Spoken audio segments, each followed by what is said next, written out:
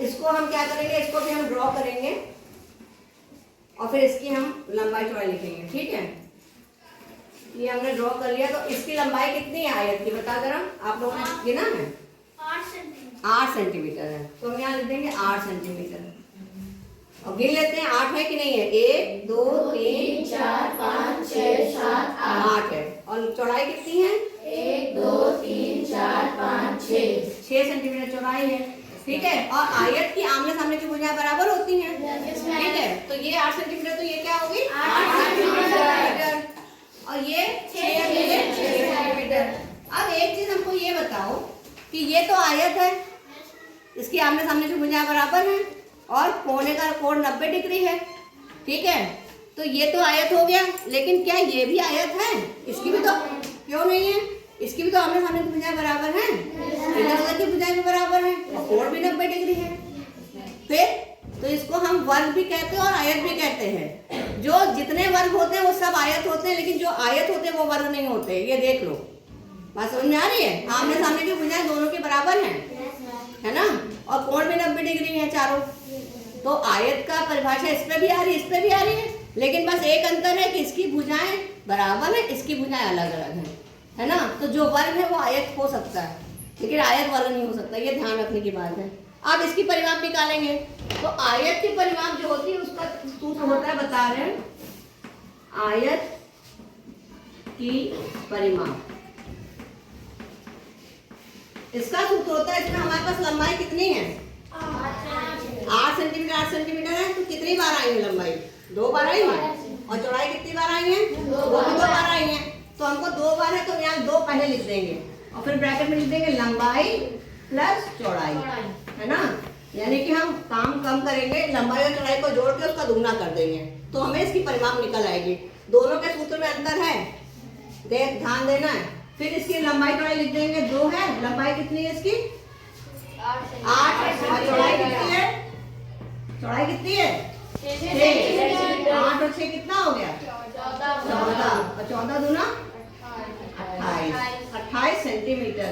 ये परिमाप हो गया। ठीक है, इतना सबको क्लियर हो गया? परिमाप का मतलब हुआ कि हमने कोई भी आकृति, उसके हम चारों तरफ की किनारे पे चलेंगे तो यहाँ से यहाँ तक पहुँचने में जितना टाइम लगेगा या जितना दूरी तय करनी पड़ेगी वो परिमाप हो जाएगी, है ना। तो इसमें ये तो हो गया। अब होता है क्षेत्रफल या एरिया। एरिया क्या होता है? ये आकृति कितनी जगह घेरती है। जैसे हमने यहाँ पे चित्र बनाया तो ये इतनी जगह घेरी तो इसका एरिया हो गया। ठीक है, अब एरिया हम नापेंगे कैसे? तो जैसे पहले हम वर्ग का क्षेत्रफल देखेंगे तो इसमें हमने क्या करा, ये हमारे पास जो खाली जगह है उसको हम भरेंगे। तो इसको हम अगर भर देंगे उसके बाद देखेंगे हमारे पास कितना ये हमको वर्ग लगाने पड़े इसको भरने के लिए। ठीक है, फिर अभी आप लोग काउंट करिएगा। हाँ, ये देखिए, ये हमने भर दिया है। अब ये देखिए, इसको हमने पूरा भर दिया है। अब इसमें हम गिन लेंगे कितने हमारे पास वर्ग लगे हैं, जरा बताइए तो कितने लगे हैं? 1 2 3 4 5 6 7 8 9 10 11 12 13 14 15 16 17 18 19 20 21 22 23 24 25। तो इसको हम क्या कहेंगे? 25 तो हुआ और 25 क्या लगे हैं? वर्ग लगे हैं, है ना। तो क्षेत्रफल क्या हो गया?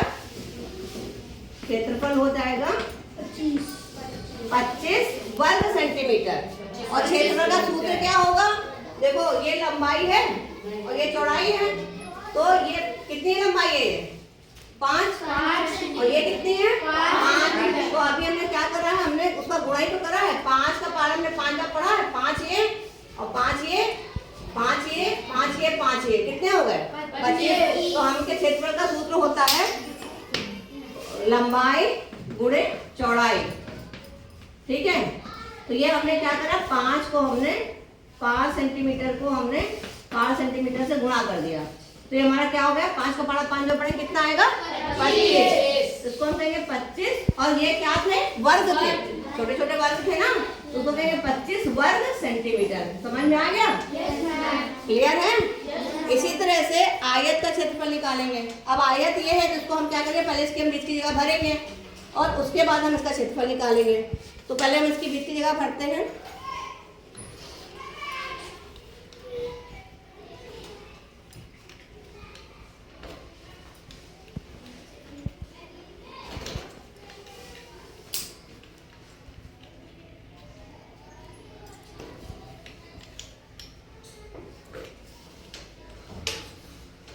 और इसको हम काउंट करते हैं। अब क्योंकि मेरे पास ज़्यादा है ना, तो हम क्या करेंगे, एक एक पूरी लाइन काउंट करेंगे, ठीक है।